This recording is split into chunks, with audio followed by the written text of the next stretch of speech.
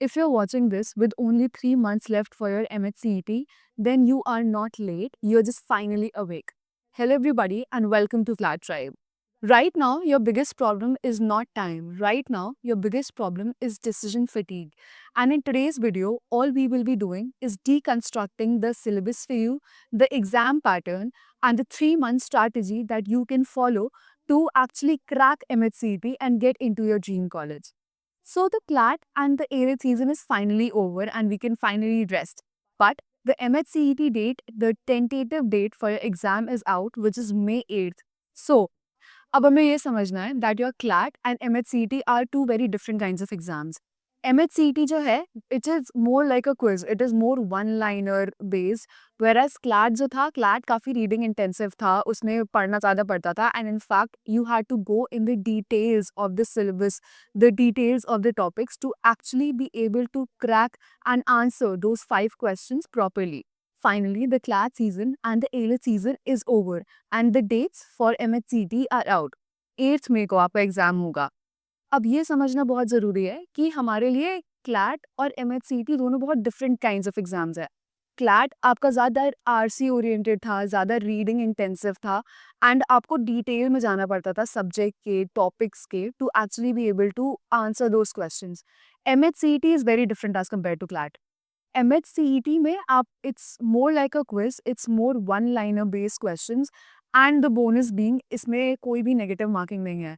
तो जहाँ क्लैट में हमें बहुत ज़्यादा कॉशियस रहना होता था आंसर करते टाइम ताकि हम मार्क्स ना लूज करें, MHCET में हम 120 के 120 क्वेश्चंस अटेम्प्ट करने वाले हैं. अच्छा, जब नेगेटिव मार्किंग नहीं होती है तब and the paper is also easy, तब कट ऑफ काफ़ी ज़्यादा हाई जाता है, कॉम्पिटिशन काफ़ी ज़्यादा होता है. तो हमें इस बार एक्यूरेसी पे सबसे ज़्यादा फोकस करना है कि हमारे जो क्वेश्चंस है वो एक्चुअली सही हों. So now let's look at the exam pattern and the syllabus first. 120 questions होते हैं, 120 मिनट्स होते हैं एंड 120 मार्क्स होते हैं. कोई नेगेटिव मार्किंग नहीं होती है इसमें. आपका जो लीगल रीजनिंग होता है एंड लॉजिकल रीजनिंग का जो सेक्शन होता है वो 32 क्वेश्चंस होते हैं उसमें and 1 mark for each question. Then हमारा इंग्लिश होता है and we have GK. English और GK 24 questions, 24 marks, 24 marks. And we have maths, which is 8 questions and 8 marks. So it brings out to a total of 120 questions and 120 marks. अब syllabus समझें तो English में हमारा काफ़ी vocabulary रहती है, grammar रहती है, सिनोनिम्स, एंटोनिम्स, इडियम्स, फ्रेजेस, ये सारी चीज़ें आती हैं. एंड इन फैक्ट इसमें हमें काफ़ी सारे ऐसे करेक्शन बेस्ड क्वेश्चंस भी होते हैं. जीके में आपकी जैसे क्लैट में करंट अफेयर्स होते थे और हमें काफ़ी डिटेल में जाना पड़ता था. जीके में इसमें करंट अफेयर्स तो है ही हैं, बट हमें इसमें डिटेल में नहीं जाना है. And along with current affairs we also had static GK. Static GK में आपका history, geography, economics, civics, general science, ये सारे टॉपिक्स आएंगे and you will have to focus on these things. क्योंकि ये महाराष्ट्र का एग्जाम है, so we have to focus on Maharashtra related news ज़्यादा. एंड जो हमारी स्टैटिक जीके होगी, स्टैटिक जीके में भी हम महाराष्ट्र पे ज़्यादा फोकस करेंगे while we are preparing. Legal reasoning में आपको एक प्रोपोजिशन दिया होगा, एक प्रिंसिपल दिया होगा, and there will be a fact that there will be a set of facts, a set of situations that will be given to you, and उन principles को आपको उन particular facts पे लगाना है to be able to solve the questions and pick the correct answer. अब क्योंकि इसमें आपको एक principle दिया है और then you have a fact, so you do not have to really overthink it. जो exactly लिखा है उसको apply करो and you tick your answer. Then we have logical reasoning. Logical reasoning में पैटर्न्स हो गए, एनालॉजीज हो गई, आपको कंक्लूजन्स ड्रॉ करना हो गया, इलॉजिकल आर्ग्यूमेंट्स को आइडेंटिफाई करना हो गया, डिडक्टिव रीजनिंग, ये सारी चीज़ें आएंगी. Even relations based questions, pattern based questions, all these kinds of analytical and logical reasoning along with critical reasoning, ये सारे क्वेश्चंस आपके लॉजिकल रीजनिंग में आते हैं. And then at the end we have maths. Maths से सब कोई डरता है, but the good thing with MHCET is कि मैथ्स आपकी क्लास 10 तक ही आती है और काफ़ी बेसिक क्वेश्चंस होते हैं. स्पीड टाइम डिस्टेंस पे हो गया, रेशियो प्रपोर्शन पे हो गया, प्रॉफिट एंड लॉस पे हो गया, टाइम वर्क, ये सारे बहुत ही बेसिक 10th क्लास लेवल तक के क्वेश्चंस होते हैं. एंड इसीलिए हमें मैथ्स को छोड़ना नहीं है, भले ही हम कम पढ़ें, but We have to cover all of the topics individually and properly. Now that we have understood the syllabus, we have understood the exam pattern, now let's look at कि हमें focus किस पे करना है। देखो, दो सबसे बड़े सेक्शंस जो होंगे आप पे, जिसको आप पे फोकस करना है, is your legal reasoning and your logical reasoning. दो सब्जेक्ट्स जो आपके रैंक डिसाइडर्स होंगे, वो होगा आपका maths and your GK. These subjects are going to take your rank from let's say 500 to 200। इस इतना डिफरेंस क्रिएट कर देगा if you focus on GK and you focus on maths. So now when we have cleared it out कि किस पे focus करना है, we come to the main part which is your 3 month strategy. ये चीज समझो कि आपके पास अब सिर्फ 3 महीने बचे हैं, so all you need to do is take 5-6 hours out and consistently 5-6 घंटे हर रोज पढ़ना है।